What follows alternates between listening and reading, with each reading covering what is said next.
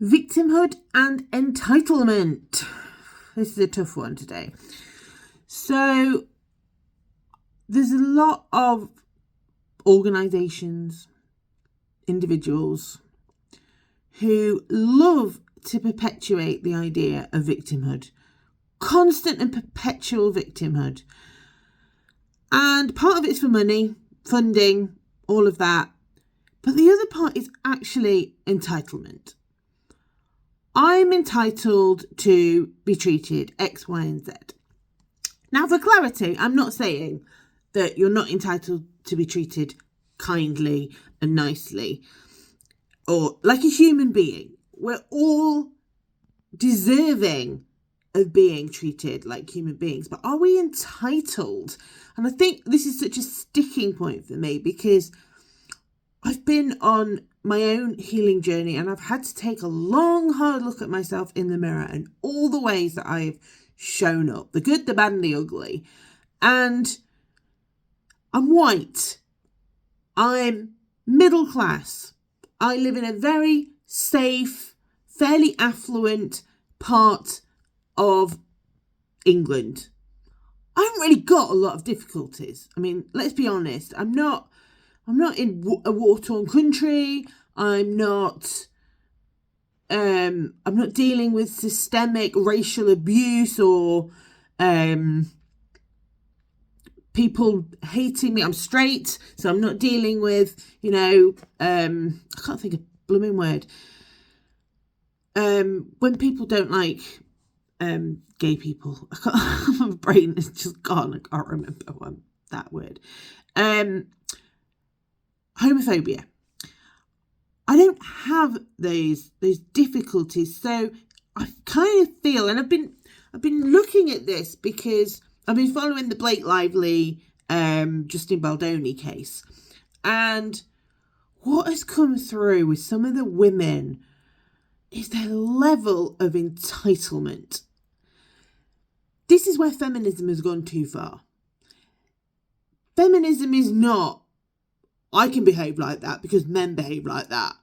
I deserve special treatment because I'm a woman. That is the bloody thing you've been fighting against. That's what women have been fighting against. We're not fighting to be more powerful. We're fighting to be equal. We want to live in a world where we're all treated with kindness and respect. And so the victimhood, and like I say, I am talking about this particular case, but I see it on my social media all the time and it really grinds my gears, as Peter Griffin would say. Because there's such petty little things that are being twisted and actually work really, really against true victims. So, entitlement of, you should give me whatever I ask for. You should believe me just because I'm a woman. That's entitlement. What happened to critical thinking? What happened to evidence? So just let's stop with the BS and be mindful of checking in with ourselves. Where is our privilege coming through as entitlement? I'm not saying that there aren't victims. I'm not saying that, everyone who says they're a victim shouldn't be. And I'm not saying that, like I say, we don't deserve to be treated. Everyone, in my opinion, deserves to be treated with love and respect, regardless of their actions, actually. And that's my view on the world because of the journey that I've been on. But I do think that we need to start being really critical about our levels of entitlement. Look at the bigger picture. Looking at how our behaviour impacts other people. What are we really fighting for? And I'm aware that this is going to get backlash and I wasn't going to post it and I still might. I'm literally just recording it and I might not post it. So if I have, it's because I've sat and I've thought, you know what, I'm just going to live and die by the sword. This is how I feel. And like I said, this is from my own journey of definitely feeling very entitled and like a victim. Because being a victim is easy. It's easy to say, it's someone else's fault. And yes, there are times when other people's behaviour is shitty. But does that mean that we can't take any accountability for anything ever again? No, of course not. Why would we do that? That's mental. Sorry, I don't mean that as a trigger word. I'm just saying, I'm using it as a colloquialism, not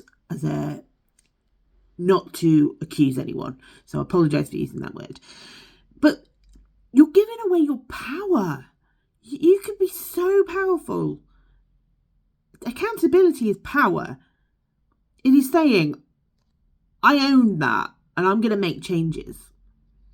And even if you feel like the other person is totally in the wrong, and they may well be, that doesn't mean that there's not some part of it that you can't look at and think, I'll make a different choice next time on that thing. Even if it was a car crash and the other person came out of nowhere, this doesn't mean that there aren't things that you can look at. I'm not, like I say, this isn't about blame. This isn't about me saying, oh, it's all your fault. That situation's your fault. This is about looking through life through an empowerment, a lens of empowerment. Not entitlement, not victimhood, but how can I show up differently? And if you honestly look at every situation you've ever been in where you felt a victim and go, nope, I couldn't have done anything differently, fair enough. But I can, and I have. I saw myself as a victim for such a long time, and I still do it sometimes. I'm not perfect. But I always then try and think, actually, just, well, one, I'm giving my power right here. I'm saying this situation is, there's nothing I can do. And I don't like that. The control part of me doesn't like that. So I come back in and think, okay, well, what could I do differently? At least what have I learnt from that? What have I learnt about myself from that? How I responded, how I showed up. What have I learnt? Because playing a victim, believe it or not, it does become a habit. And if you play the victim, guess what you're going to attract?